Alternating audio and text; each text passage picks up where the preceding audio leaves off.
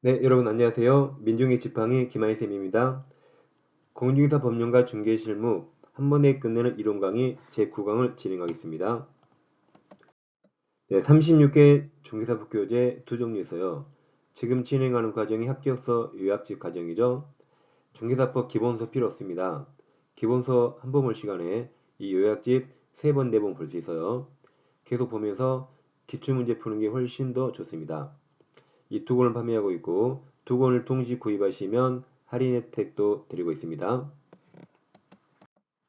구입하실 분은 계좌번호 입금하시고 핸드폰 문자로 네 가지를 적어주세요. 학교 가실 분 성명, 핸드폰 번호, 도로명 주소, 교재 이름도 아래 셋 중에 하나 정확히 적어주세요. 그럼 올바른 배송이 바로바로 이루어집니다.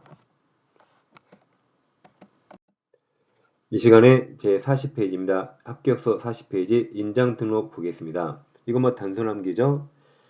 먼저 인장 등록 의무자와 시기가 있는데 의무자는 개공과 소공입니다. 보조는 의무가 없어요. 그러니까 보조는 인장을 등록할 수가 있지만 등록할 의무는 없습니다. 주의하실 게 소공도 자격증 작성할 수 있죠. 소공도 의무가 있다 기억하세요.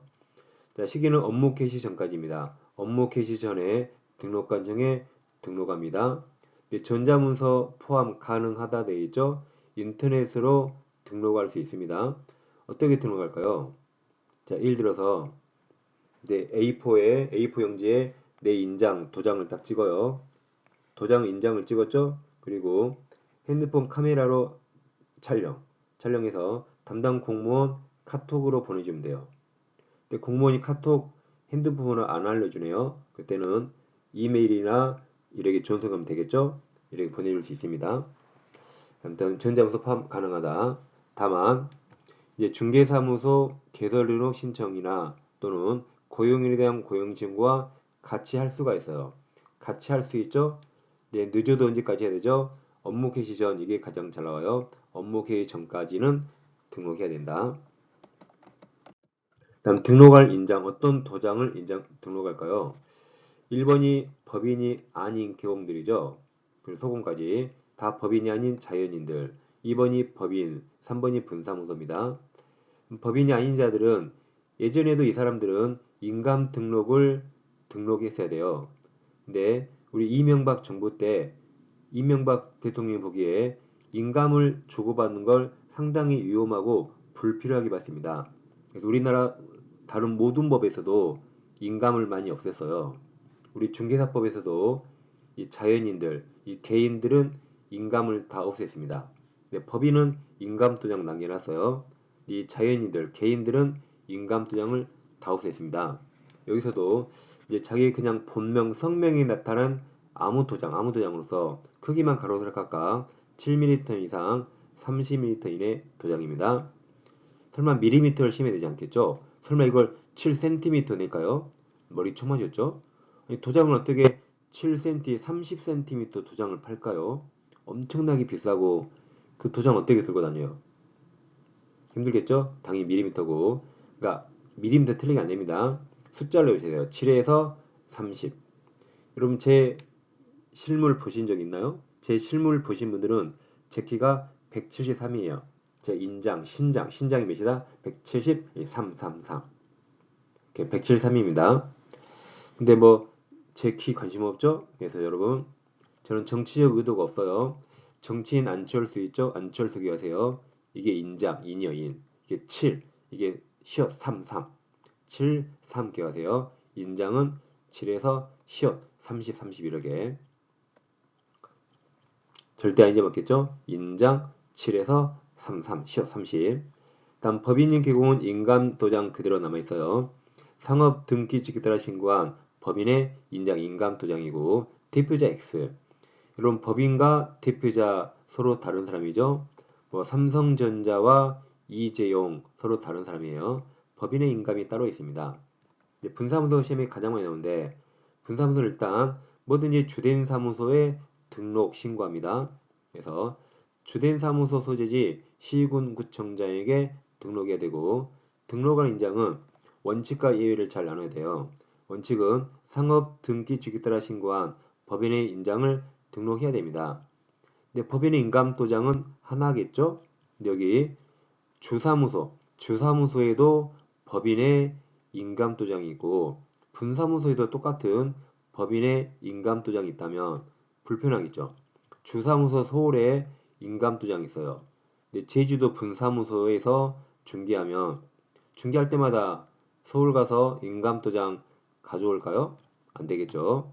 그래서 원칙은 법인의 인장을 등록해야 하지만 예외적으로 법인 대표자가 보증하는 인장을 등록할 수가 있어요. 그래서 원칙은 주사무소와 똑같이 법인 인장 등록해야 된다. 예외적 대표자가 보증하는 인장을 등록할 수 있다. 이 표현에 주의하세요. 원칙과 예외 잘 비교합니다. 지금 여러분 교재 박스 보고 계시죠? 이제 등록 방법. 자, 개인들은 인장 등록 신고서라는 걸 냅니다. 근데 법인은 인감증명서 제출로 가름한다가 대신한다. 그러니까 법인은 가서 도장을 찍고 온 게 아니고 인감증명서라는 그 종이에 도장 있죠? 그 종이를 내면 되는 겁니다. 마지막 이제 시험에 가장 잘 나온 거 인장을 변경할 수 있죠. 우리가 처음에 중개할 때는 일을 오래 할지 어쩔지 모르니까 도장 그냥 싸지 싼 거, 뭐 5천원짜리, 만원짜리 팝니다. 근데 어느 날 공동 중개를 해요. 근데 옆에 사장님은 도장이 엄청 좋아요. 막 오동나무에 막 용이 막 감아있고 보고 쫄았잖아요. 고객들이 보기에도 옆에 사장님은 얼마나 인감이 있어 보여요. 나는 초라합니다. 그래서 에이라 이참에 인장을 바꿔야지. 그럴 수 있죠?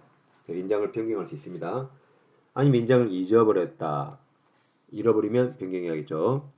개공과 소공은 등록과 인장을 변경할 때는 변경일부터 7일 이게 심의 7일 잘 나와요. 7일 이내에 변경된 인장을 등록관청에 등록해야 된다. 이것도 전자문서 가능하다. 이것도 도장 찍어서 핸드폰 찍어서 보내주면 되는 겁니다. 그리고 등록증이 바뀌기 때문에 등록증 원본을 첨부해야 됩니다. 등록증이 바뀌게 되는 거죠. 그래서 원본을 첨부합니다. 자, 우리 교재 합격서 22페이지 펴보세요. 합격서 22페이지. 22페이지 폈습니까? 거기 중개사무소 등록증 나와요. 그럼 하단에 아래쪽에 등록인장이 있고 오른쪽에 변경인장 동남잖아요. 거기다 찍는 겁니다. 거기다 찍는 거예요. 이렇게 등록증이 바뀌니까 여기서 원본도 첨부해야 된다. 원본. 그럼 인터넷 신고할 때 어떻게 해요? 인터넷 신고할 때는 내가 그 22페이지 그 변경 인장 그 칸에 내가 변경된 도장을 딱 찍어요. 그래가지고 핸드폰 찍어서 공무원에게 보내주면 되는 거죠. 근데 직접 방문할 때는 등록증 원본을 첨부해야 된다. 자, 그럼 인장 변경 7일 시험이 가장 많이 나오는데 여러분 삼성그룹 창업자가 누군지 아세요? 삼성그룹 창업자가 고 이건희 회장 아버지 고 이병철 회장이죠. 이건희 회장이 아니에요. 이병철 회장이 삼성그룹 창업자입니다. 그래서 이병철 하면 인장 변경 7일 외우세요. 인장 변경 7일. 그래서 오늘 사람이 두 번 나왔어요. 안철수, 이병철 두 번 나왔습니다. 자, 문제 확인해 볼까요? 법령상 인장 등록 옳은 겁니다. 중개보조는 인장 등록해야 한다 틀렸죠? 보조는 의무가 없습니다. 2번 등록한 인장을 변경했죠? 그럼 이병철에서 7일이에요. 3번 분사무 사용할 인장은 주된 사무소 소지 시공구에 등록하죠.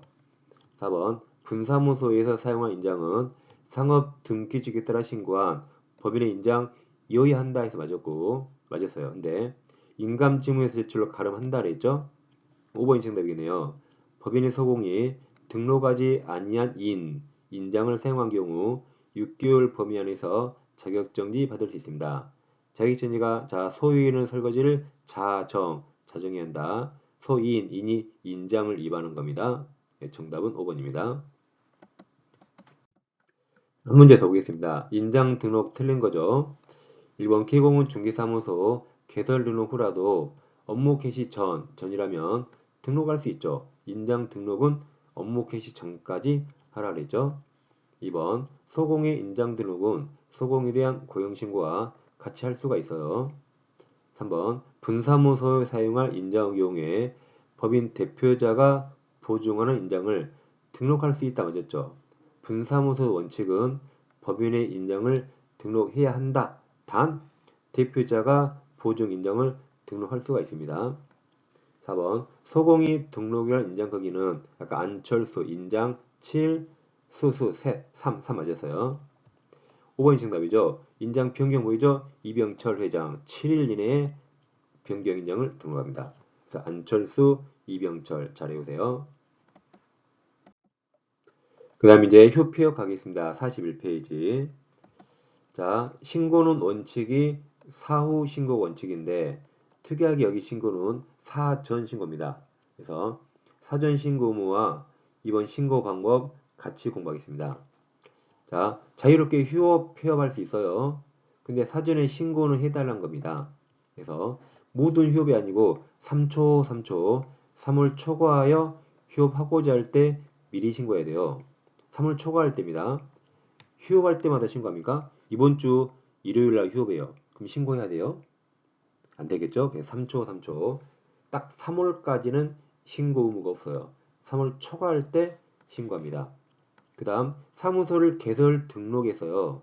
등록했으면 중개업무를 개시하겠죠. 등록하고도 3초, 3월 초과해서 업무를 개시하지 아니하면 이것도 휴업으로 봐서 이것도 신고해야 됩니다. 다음 폐업하고자 할 때 미리 신고해야 돼요. 휴업 신고 후 휴업한 중개업을 재개하고자 할 때도 미리 신고해야 되고 휴업기간 변경할 수 있죠? 변경하고자 할 때도 미리 신고해야 됩니다. 신고 방법은 휴업이나 폐업할 때는 혹시 등록증을 누구에게 빌려줄지 모르기 때문에 등록증 원본을 첨부합니다. 원본. 분사무소는 물론 설치신고 확인서죠. 원본을 첨부해야 되니까 직접 방문 신고해야 되고 인터넷 신고, 전자문서 신고 못합니다. 여러분 등록증 팩스로 보내주면 될까요? 안 되겠죠? 직접 방문 신고해야 됩니다. 여기 두 개는 이미 등록증 갖다 냈잖아요. 그러니까 등록증을 낼 수가 없죠. 첨부할 수 없으니까 이때는 전자문서 신고도 가능합니다. 그럼 휴업기간은 원칙적으로 6개월 초과할 수 없어요.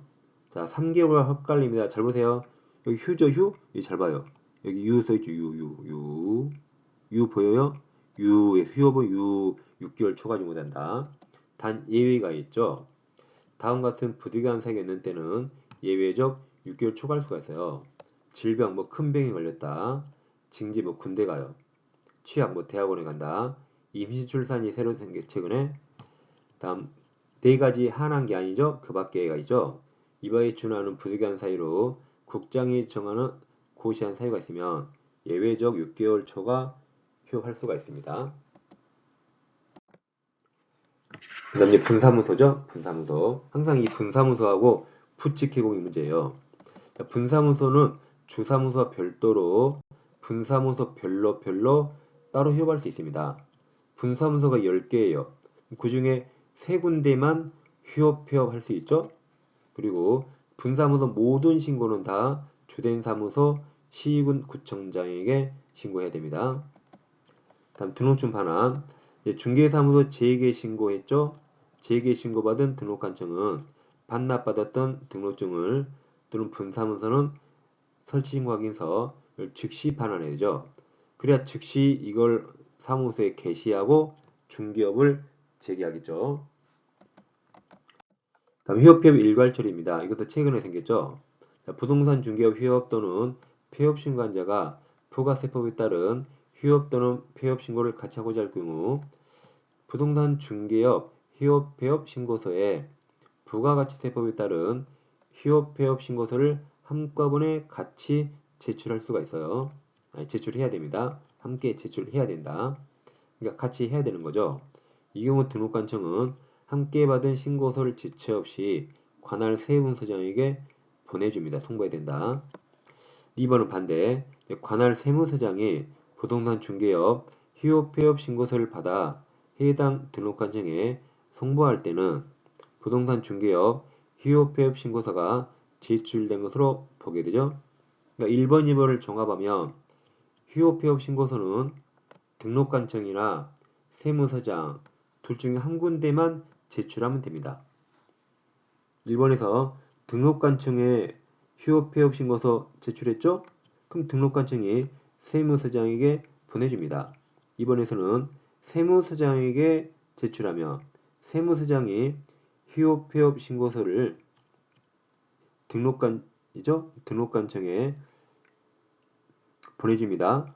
등록관청에 보내주죠? 그래서 이 등록관청이나 세무서장 둘 중 한 군데만 제출하면 되는 겁니다. 이렇게 일괄해서 다 처리합니다.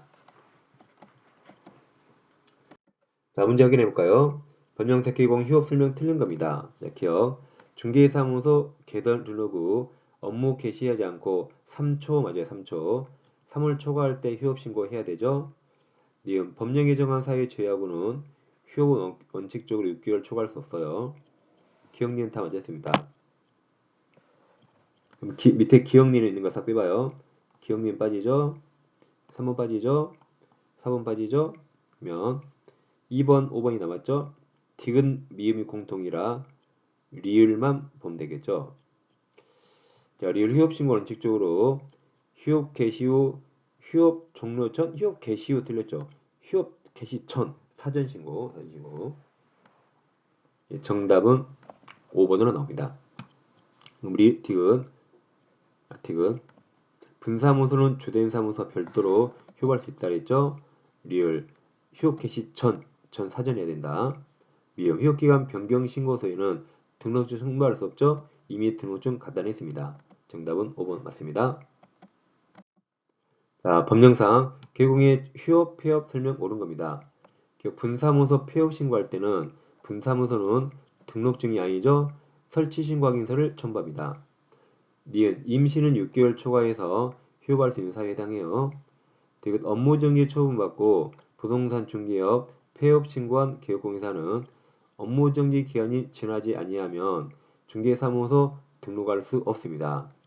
우리 등록의 결격사유 여기셨죠? 무정하게 제8호 등처스 이 무정이죠? 업무정지 처분받고 폐업 신고할 수 있거든요. 그래도 업무정지 기간은 진행합니다. 그래서 업무정지 기간이 지나지 아니했죠. 그럼 등록이 결격사유라 등록할 수 없습니다. 정답은 2번입니다. 이 시간에는 한 번에 끝내는 중개사법 이론 강의 제9강을 공부했습니다. 항상 학기역서 요약집 강의 꼭 들으시고 그 다음 학기역서로 복습하셔야 돼요. 그리고 좀비 기출까지 같이 병행하시면 한꺼번에 중개사법 한 방에 정리할 수 있습니다. 항상 병행해서 공부해주세요. 10강에 뵙겠습니다. 감사합니다.